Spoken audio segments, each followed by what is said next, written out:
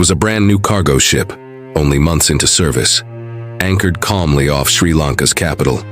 Then smoke began rising from one of its containers.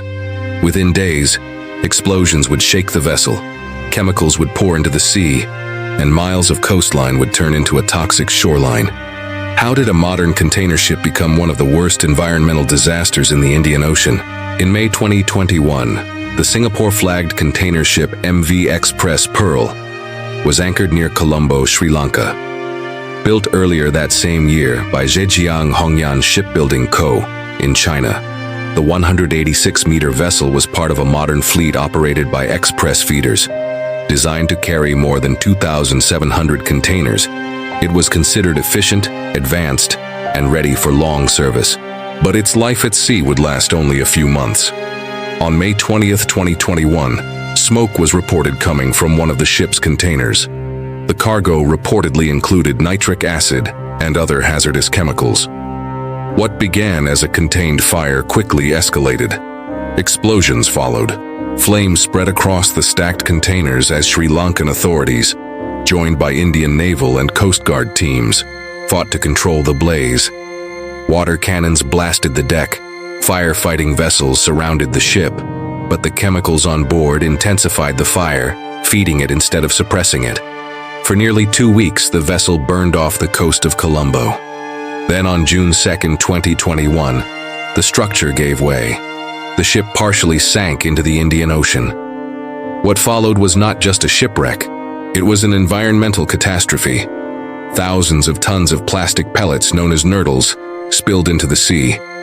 Chemicals and oil leaked from the damaged hull. Within days, Sri Lankan beaches were coated in white plastic granules. Dead fish washed ashore. Marine habitats were contaminated. Fishing communities were forced to halt operations. The disaster became one of the worst maritime environmental crises in the region's history. Cleanup efforts stretched for months. Crews in protective gear combed beaches by hand. Authorities worked to contain chemical spread. Scientists assessed long-term ecological damage to coral reefs, mangroves, and marine life. Legal battles soon followed. The Sri Lankan government pursued compensation claims against the ship's operators and insurers. Investigations examined cargo handling procedures, emergency response readiness, and the management of hazardous materials aboard commercial vessels. The sinking of the Express Pearl forced the global shipping industry to confront difficult questions. Were hazardous cargo protocols strong enough? Were ports prepared for chemical fires of this scale?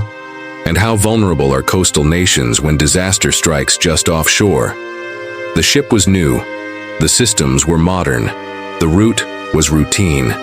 Yet within weeks of entering service, the Express Pearl became a symbol of how quickly maritime trade can turn into maritime disaster.